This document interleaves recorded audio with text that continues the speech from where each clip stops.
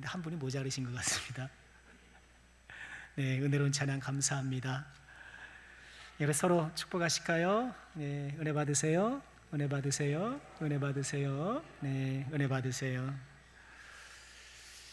오늘도 참 햇빛이 예사롭지 않습니다. 이번 한 주간도 비슷할 것 같은데요. 여러분 모쪼록 건강에 유의하시고 영육간에 강건하시기를 바랍니다. 사도행전을 우리 함께 묵상하고 있는데요. 우리 지난 주일에 어떤 말씀을 같이 나눴나요? 베드로가 감옥에서 기적적으로 탈출한 내용을 같이 살펴보았습니다. 헤롯이 야고보를 죽이니까 유대인들이 너무 좋아하는 거예요. 그러니 유대인들의 환심을 사기 위해서 이제는 제자 중에 우두머리 베드로를 죽이려고 했죠. 그를 감옥에 가두고 16명의 전담반을 구성해서 그를 지켰습니다. 때가 명절 주간이라 명절이 끝나면 이제 처형시키겠다, 그런 계산이었죠. 그러나 이 헤롯의 철통 같은 방어에도 불구하고 하나님께서는 베드로를 기적적으로 탈출시켜 주셨죠. 천사를 보내서 자고 있는 베드로의 옆구리를 쳐서 야, 일어나라 깨우고, 신을 신어라, 띠를 메어라, 나를 따라와라 하면서 베드로를 구출해 내셨습니다. 첫째 파수를 지나고 둘째 파수를 지나고 이제 시내로 나가는 마지막 문까지 베드로를 인도했지요. 그리고 문을 나와 한 블록 정도 이렇게 지나가서 천사는 떠납니다. 그때까지 베드로는 자신이 꿈을 꾸는지 환상인지 비몽 사몽이었어요. 천사가 떠난 후에야 베드로는 야, 이것이 하나님의 역사구나 하면서 정신을 차리게 되죠. 정신을 차린 베드로가 달려간 곳이 오늘 12절에 나오는 마가라 하는 요한의 어머니 마리아의 집이었습니다. 마가라는 인물이 여기서 등장하는데요. 그때 대부분의 사람들이 그랬던 것처럼 이 마가도 이름이 두 개였습니다. 로마식 마가라는 이름도 있었고 유대식 요한이라는 이름, 두 이름을 갖고 있었어요. 마가, 마르코스거든요. 로마식 이름과 유대식 이름을 같이 갖고 있었던 또 우리가 잘 아는 사람 있죠. 누굴까요? 바울이라 하는 사울. 그래요. 그래서 간혹 사울이 변해서 바울이 됐다 이렇게 말씀하시는 경우가 있는데 그것은 좀 정확한 표현은 아닙니다. 두 가지 이름 당시 다 있었어요.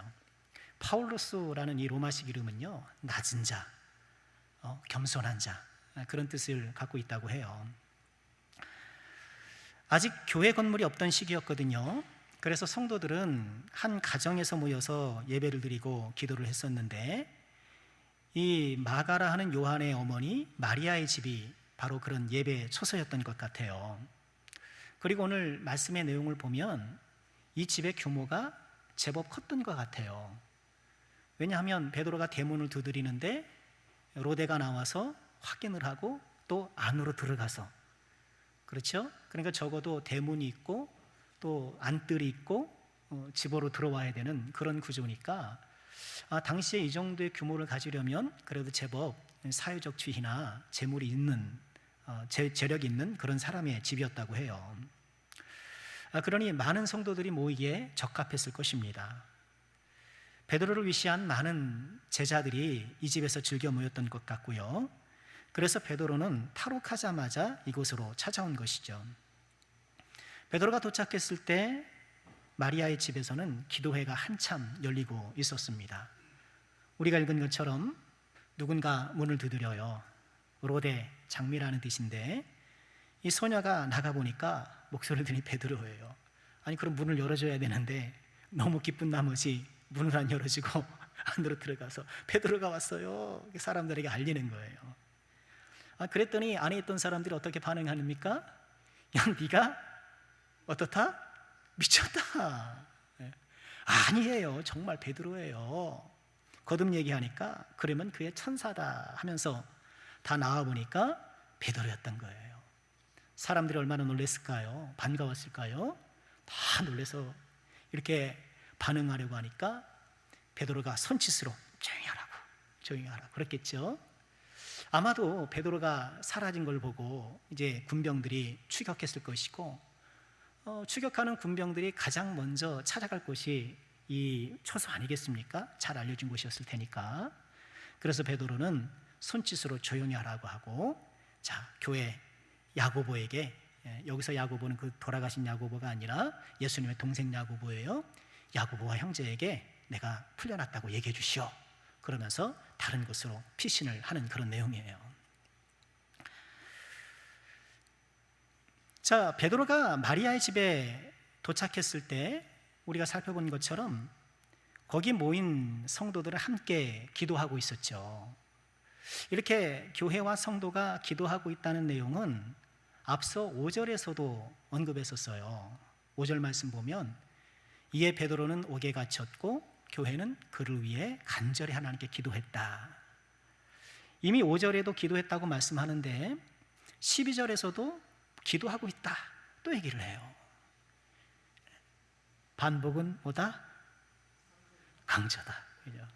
지금 이 베드로의 탈옥 사건에서 이 본문에서 강조하고 있는 한 가지, 여러 가지가 있겠지만 한 가지는 베드로가 투옥되었을 때 교회가 그를 위해서 간절히 기도하더라는 거예요. 일련의 모든 이런 사건, 이런 기적적인 일에 기도가 바탕이 되고 있었다라고 암시하고 있는 거예요. 오늘 우리가 좀 묵상해 보고 싶은 것은요, 이 성도들이 모여서 함께 기도했는데 무엇을 기도했을까 하는 거예요. 기도를 했다고 했지만 그들이 어떤 내용으로 기도했는지는 구체적으로 나오지 않고 있어요. 무엇을 위해 기도했을까요? 두 가지 가능성이 존재해요. 첫 번째는 뭘까요? 당연히 베드로의 석방, 그렇죠? 베드로가 무사히 감옥에서 나오는 것, 처형당하지 않고 생명을 얻는 것, 그게 기도 제목이었겠죠. 5절 말씀 다시 보면 이에 베드로는 옥에 갇혔고 교회는 그를 위하여 간절히 하나님께 기도했다라고 말씀하면서 베드로가 옥에 갇힌 것과 교회가 간절히 기도하는 것을 밀접히 연관시켜요. 그러니 오래전 말씀을 통해서 우리가 굉장히 높은 가능성으로 추론할 수 있는 게 뭔가요? 아, 옥에 갇혔으니 당연히 옥에서 풀려나기를 기도했을 거야. 그렇게 기도했을 거예요. 근데 만약 이렇게 기도했다고 한다면 오로데가 베드로의 목소리를 듣고 베드로예요 라고 말했는데 이 안에서 기도하던 사람들이 너 미쳤구나 이야기하는 것은 좀 아쉬운 반응이에요. 그렇죠? 주여 베드로 석방하게 해주세요. 무사히 풀려나게 해주세요. 그렇게 열심히 간절히 기도했는데 막상 베드로가 나타나니까 믿기지가 않는 거예요. 너 미쳤구나 라고 이야기하는 거예요. 본문을 주의하는 신학자들이 이 부분을 다 지적을 해요. 교회가 열심히 기도했지만 응답을 잘 살피지 못했던 미숙함이 있었다라는 것이죠. 우리도 그럴 수 있잖아요.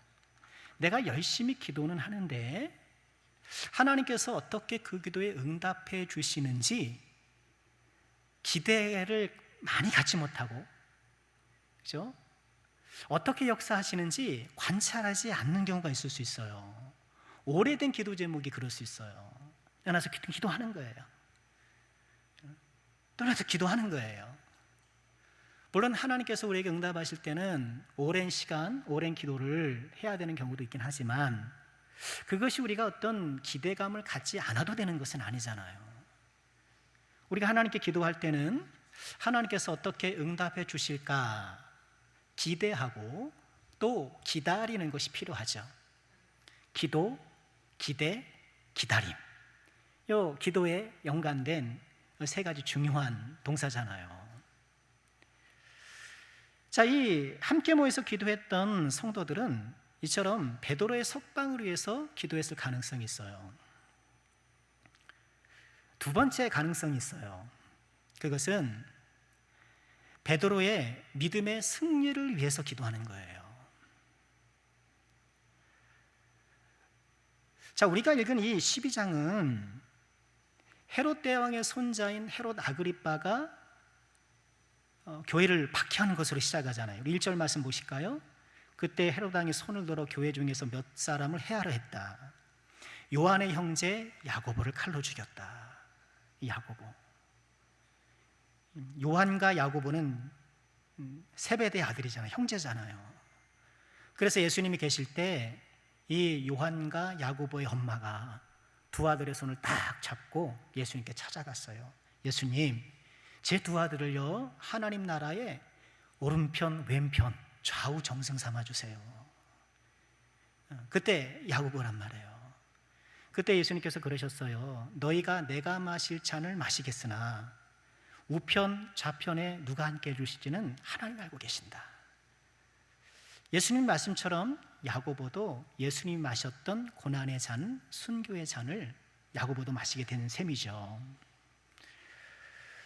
그래서 유대인들이 이 일을 기뻐하니까 베드로도 잡으려 했다 하면서 이야기가 시작된 것 아닙니까? 자, 야고보가 먼저 사로잡혔을 거란 말이에요. 그때의 교회인들, 교회 성도들도 기도했겠죠. 그때도. 지금 베드로가 잡혔을 때만 기도했을까요? 아니에요. 야고보가 잡혔을 때도 기도했을 거예요. 그러면 우리가 첫 번째 추론했던 것처럼 야고보의 석방을 위해서 기도했을 거예요. 그렇죠? 그런데 야고보는 어떻게 됐나요?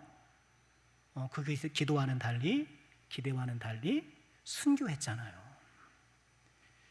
야고보를 위해서 열심히 기도했는데 야고보가 순교하고 말았어요. 이런 야고보의 순교가 성도들의 기도에 영향을 미치지 않았을까요? 그럴 가능성이 있잖아요. 또 베드로는 우리가 보았던 것처럼 감옥에 갇혔어요. 내일이면 처형이지 사형이 집행되는데 그날 밤 뭐 하고 있었습니까? 자고 있었어요. 자고 있었어요. 참 대단한 믿음 아닙니까? 우리가 병원에서 수술할 때 여러분 수술 전날 밤 좀 많이 떨리시고 그러시잖아요. 그죠? 저는 뭐 수술을 안 받았습니다만 그때 내가 믿음이 필요하고 그렇죠? 당연히 기도하고 하나님의 도우심을 구하긴 하는데 내일 내가 처형의 사형장 이슬로 사라질 수 있는데 오늘 잠을 잔단 말이에요. 베드로가 그럴 수 있었던 것은 뭐 될 대로 되라 뭐 이런 것이 아니고 예수님의 부활을 목격했기 때문에 죽음이라는 것이 결코 우리를 제압할 수 없다는 것을 알았기 때문에 그런 담대함이 있었던 것이고 평안함이 있었던 것이었잖아요. 그럼 이 베드로의 담대함과 평안함은 베드로에게만 있었겠는가? 여기 마가의 어머니의 집에 모여있는 이 사람들도 그런 사람들 아니었겠습니까? 오순절 성령 임재를 경험했고 그 가운데는 예수님의 부활하신 예수님을 목격한 사람도 있고 꼭 베드로만큼은 아니더라도 여기 모여있는 사람들도 충분한 믿음이 있는 사람들이었던 거예요. 죽음을 두려워하는 사람은 아니었다는 거예요. 게다가 야고보뿐만 아니라 그 전에 먼저 순교했던 분이 누구죠? 스데반 집사님이에요. 스데반 집사님이 순교할 때 성경은 뭐라고 소개합니까? 그의 얼굴이 천사와 같았고 또 하늘이 열리면서 스데반 집사님이 뭘 봐요? 하나님의 영광을 보고 인자가 하나님의 보좌 우편에 서 있는 것을 보고 이런 스데반의 순교 시의 발언들을 보면 이 성도들에게 순교는 영광이었던 거예요.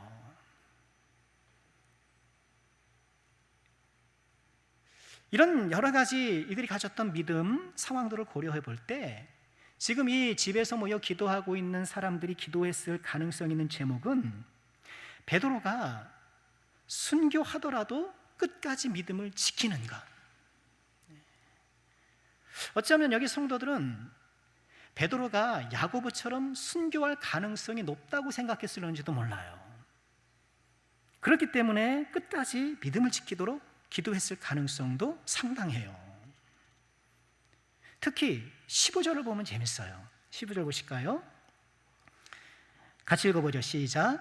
그들이 말하되 내가 미쳤다 하나 여자아이는 힘써 말하되 참말이라 하니 그들이 말하되 그러면 그의 천사라 하더라.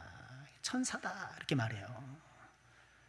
로데의 말을 믿지 않았던 이 성도들이 로데가 재차 사실이라고 강조하니까 그러면 그의 천사다 이렇게 얘기를 해요. 그럼 이 천사란 과연 뭘까? 왜 천사라고 그랬을까? 여기서 성도들이 말한 천사의 정체에 대해서 가장 대표적인 해석은 수호천사라는 거예요. 수호천사. 사실 우리 개혁주의 신학에서는 수호천사를 그렇게 중요하게 생각하지 않아요. 가톨릭에서 특별히 강조하거든요. 수호천사는 각 개인을 보호하고 인도하는 천사가 있다는 거예요. 한 사람 한 사람에게 천사가 있는 거예요. 4세기 제롬이라는 교부는 그런 말을 했어요. 태어나면서부터 죽을 때까지 수호천사를 갖고 있다. 그리고 그 천사가 하나님 앞에서 그 사람에 대해서 대변해 준다. 이런 그 주장을 했어요. 그래서 수호천사 개념은 천주교에서 아주 중요한 교리 가운데 하나고요. 수호천사의 근거 본문으로 삼는 구절이 마태복음 18장 10절이에요. 예수님께서 이런 말씀을 하셨거든요. 어린아이가 내게 가까이 오는 것을 막지 말라고 하시면서 삼가 이 작은 자 중에 하나도 업신여기지 말라. 너희에게 말하노니 그들의 천사들이 하늘에서 하늘에 계신 내 아버지 얼굴을 항상 배옵느니라. 자막 없습니까? 다 드렸는데. 그들의 천사들이 하늘에서 하늘에 계신 내 아버지 얼굴을 항상 배움는다 이렇게 하는 거예요. 요 구절을 딱 보면 이 아이들의 천사가 있구나, 수호천사가 있구나 생각할 수 있잖아요. 그래서 이 말씀을 근거 본문 삼아서 수호천사 개념 또 수호천사 교리를 발전시킨 거예요. 매년 10월 2일이 가톨릭에서는 수호천사 축일이에요. 수호천사에게 고마워하고 수호천사를 이렇게 높이 기리는 그런 날로 정하고 지키고 있어요. 수호천사가 있을 수도 있겠지만 그러나 우리는 그것에 너무 매달릴 필요가 없어요. 성경이 명시적으로 말씀하지 않는 것에 대해서 우리가 과도하게 생각하고 이론을 만들고 그것을 전개할 필요는 없는 거예요. 우리 개혁주의 신학의 신학 입장인 거예요. 성경이 말씀하는 것까지만 이야기를 하자. 성경이 말씀하지 않는 것에 대해서 우리가 과도하게 추론하고 생각하고 해서 어떤 교리를 정립하지 말자. 이것이 우리 신학의 입장인 거예요. 현명하죠. 천사의 계급을 정한다든가, 물론 다니엘서 보면 한 지역을 다스리는 천사에 대한 이야기가 나오긴 하는데 이런 몇 가지 한 극소수의 정보를 갖고 뭔가 천사론을 전개하고 천사에 대한 확정적인 교리를 펼쳐나가는 것은 무리가 있다는 거예요. 그리고 수호천사가 있다 한들 천사는 하나님께서 부리시는 영이기 때문에 나를 지켜주시는 것은 하나님이시지 수호천사가 지켜주는 것 그것은 중요한 것이 아니잖아요. 나를 지켜주시는 하나님께 감사하고 하나님께서 나를 지켜주시기를 기도하고 소망해야 되는 것이지 그 존재가 미비한 수호천사 개념을 갖고 뛰어들어서 수호천사에 대한 중요성을 부각시키고 하는 것은 올바른 신학은 아닌 것이죠. 그러면 이 본문에 나와 있는 천사가 수호천사가 아니라면 어떤 천사일까? 이게 뭔 얘기일까? 톰 나이트라는 신학자가 있어요. 이번엔 성공의 신학자이신데 존 스토트 목사님 또 마틴 존 로이드 존스 이런 분들과 맥을 같이 하는 그런 분이신데요. 아주 복음적인 분이신데 그분이 하나님의 아들의 부활이라는 이 부활에 대한 책을 두껍게 쓰고 거기서 유대교 내에서의 부활 개념, 사후세계, 사후상태 이런 것을 이제 논하면서 오늘 본문의 이야기를 하는 단락이 나와요. 흥미로워서 소개해 드리려고 하는 거예요. 우리가 잘 아는 대로 유대인 중에는 대표적인 두 개 분파가 있죠. 사두개파와 바리새파 두 개가 있죠. 사두개인들은 구약에서도 모세 오경만 하나님의 말씀이라고 생각을 해요. 다른 선지서들이나 시편은 인정하지 않아요. 모세오경만 하나님 말씀입니다. 반면에 바리새인들은 모세오경, 선지서, 시편 다 하나님의 말씀으로 받아들이고 있거든요. 또 이 두 대립되는 집단의 차이는, 사두개인은 부활도 없고 천사도 없고 영도 없다. 바리새인은 다 있다. 여러분, 우리가 사도행전 본문을 펼치고 있으니까 23장 8절로 잠깐 가보실까요? 이건 한번 찾아보도록 하죠. 23장 8절로 한번 가보시죠.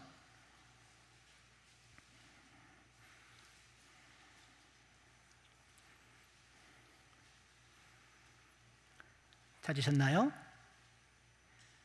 사두개인과 바리새인을 비교하는 내용인데 같이 읽죠. 시작.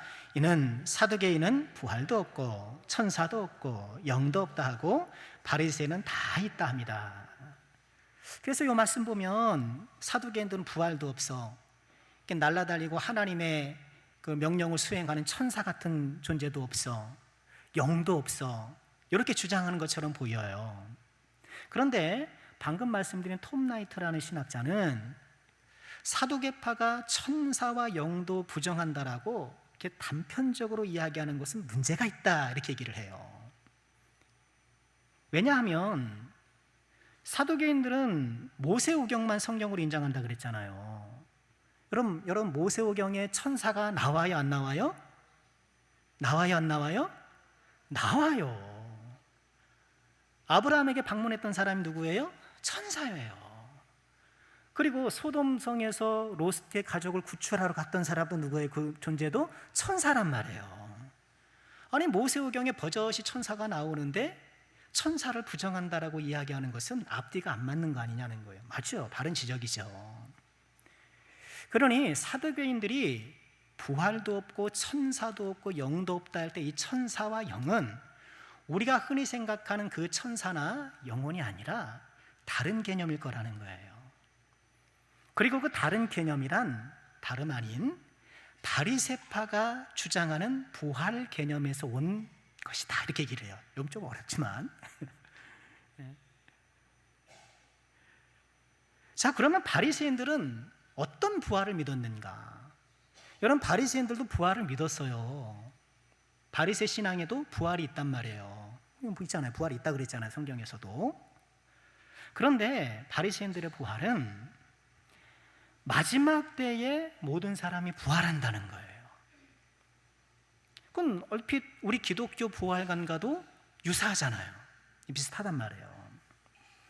그래서 부활에 관해서는 예수님께서 바리새인들의 손을 들어주셨는데, 문제는 바리새인들은 마지막 때에 부활이 일어날 것이지 그 어떤 훌륭한 의인이라도 마지막 때 이전에 부활은 있을 수 없다라고 생각을 했어요.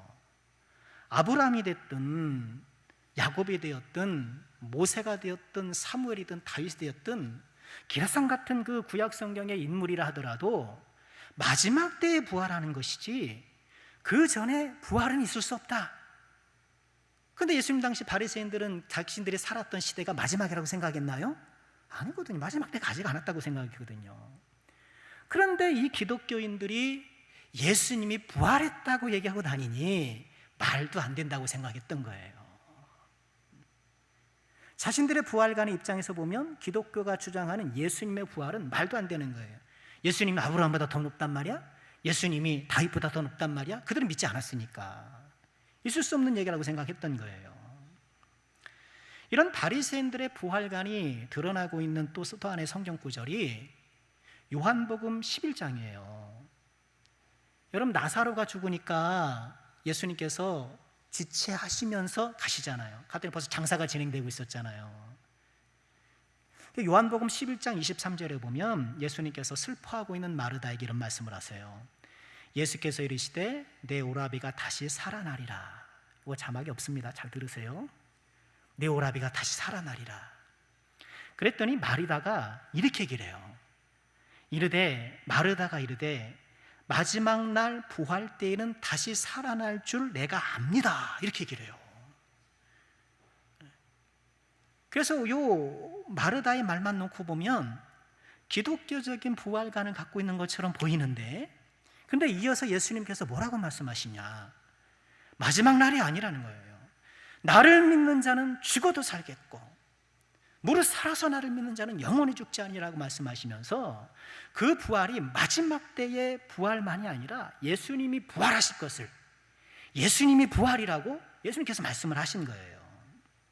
즉 마리다가 마지막 날에 부활했다 할 것이라고 말한 그 발언도 바리새적 부활, 여러분 바리새인들은 굉장히 대중적인 사람들이었거든요. 사두개인들은 지도적 위치에 있어가지고 대중들과 가깝지 않았어요. 바리새인들은 대중들과 어울리면서 이 대중들을 진리로 이끌어야 될, 빛으로 이끌어야 될 그런 사명이 있다고 생각해서 말씀을 많이 전했거든요. 그래서 일반 대중들은, 사람들은 바리새적 부활관에 익숙해져 있던 거예요. 마르다도 그 바리새적 부활관에 입각해서 말씀했던 거예요. 예수님께서 그 생각을 수정해 주셨죠. 자, 바리새인들은 사두개인과 달리 부활이 있다라고 믿었고 마지막 때 모든 사람들이 부활한다고 기독교 부활관과 유사한 부활관을 갖고 있었어요. 그럼 여기서 문제가 생겨요. 그러면 이미 돌아간 사람은 부활 때까지 어떤 상태로 있느냐? 그죠? 부활 어떤 상태로 있느냐? 이 질문이 생기는 거죠. 우리 기독교 신학에서는요, 우리는 어때요? 이 세상에 생을 마감하면 우리의 영혼이 어디가 있어요? 낙원에, 천국에, 거기서 주와 함께 복락울리다가 마지막 때가 되면 우리 육신이 부활해서 이제 영생복락을 누리는 이런 세계관을 가지고 있단 말이에요. 우리 기독교 신앙이에요. 바리새의 부활관이 이것과 유사한데 그러면 마지막 때까지 어떤 형태로 남아있을까? 바리새인들의 주장이 뭐냐 하면 바로 천사나 영과 같은 존재로 있을 것이다, 이렇게 얘기를 하는 거예요. 그러니 오늘 로데가 베드로예요, 베드로예요 라고 말할 때 처음에는 미쳤다고 했지만, 그러나 거듭 주장하자 그럼 그의 천사라고 했을 때 이 천사라는 이 발언은 톰 나이트라는 그분에 의하면 날개 달린 그 천사가 아니라 뭐예요? 죽은 베드로의 중간 상태라는 거예요. 죽은 베드로의 중간 상태. 만약 그것이 사실이라면, 이 성도들은 베드로가 순교당할 가능성이 높다고 판단을 했고, 그래서 그 순간에도 믿음을 지키도록 기도했고, 적어도 베드로의 탈옥을 혹은 석방을 해서 기도하면서도 막상 석방하니까 믿지 못했다라는 그런 비난은 피하게 되잖아요.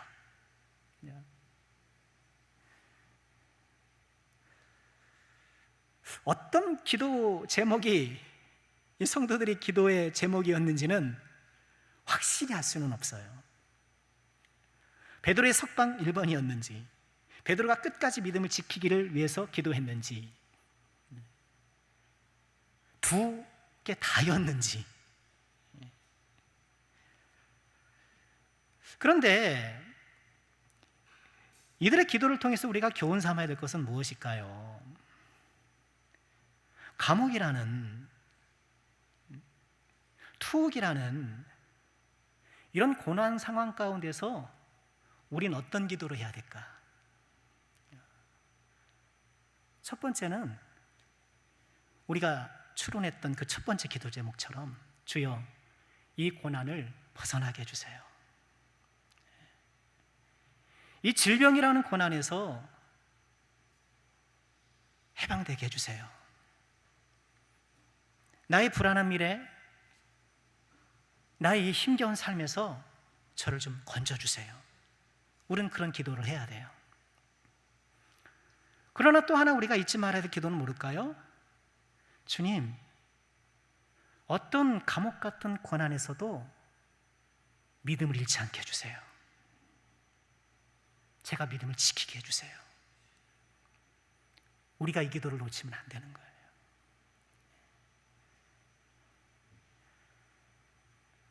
욥기서에 보면 마귀가 욥을 무너뜨리는 전략이 드러나잖아요. 뭐예요? 그에게 고난의 화살을 퍼붓잖아요.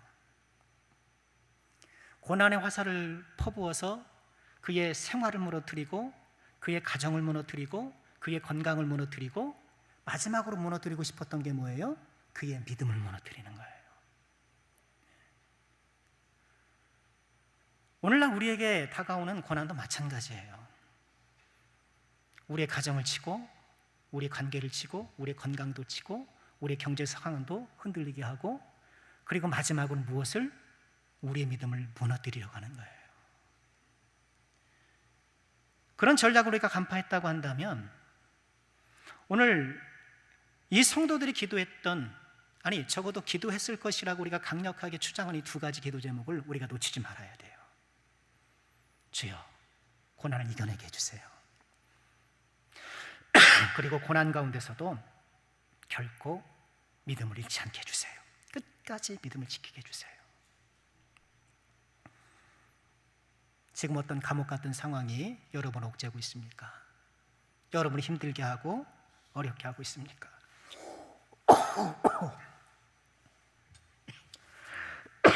죄송합니다. 이 두 가지 기도 제목을 잊지 않는 우리가 꼭 될 수 있기를 주님의 이름으로 축원합니다. 기도하겠습니다. 하나님 아버지, 고난과 시련 가운데, 고통 가운데 있던 성도들이 어떻게 기도했을까 우리가 생각해 보면 오늘 우리의 기도 제목을 돌아봅니다. 주님, 우리를 엄습하는 크고 작은 모든 환난과 시련 가운데서 주여 저희들을 지켜주시고 이 모든 고난의 풍랑들이 쉬이 물러가게 하여 주시고 주여 저희들을 지켜 보호해 주시기를 간절히 소원하곤 합니다. 또한 아버지 하나님, 이 모든 어려움과 고초 속에서도 우리의 믿음을 잃지 않게 도와주옵소서. 끝까지 주님을 신뢰하고 순교적 마음으로, 순교적 신앙으로 하나님을 끝까지 의지하고 붙잡는 우리 모두가 될 수 있도록 주님 역사하여 주옵소서. 하나님 감사합니다. 오늘 하루도 주 안에서 섬기게 도와주시고 거룩한 주일을 보내게 해주시니 감사합니다. 내일부터 이어지는 생활 가운데 주님 동행해 주셔서 말씀으로 승리하게 도와주시고 또 살아가는 모든 주의 종들 이 여름 무더위 가운데서 건강 지켜주시고 믿음 지켜주시는 가운데 주와 동행하는 복 있는 한 주간이 될 수 있도록 역사하여 주옵소서. 감사드리며 예수님의 이름으로 기도하옵나이다. 아멘.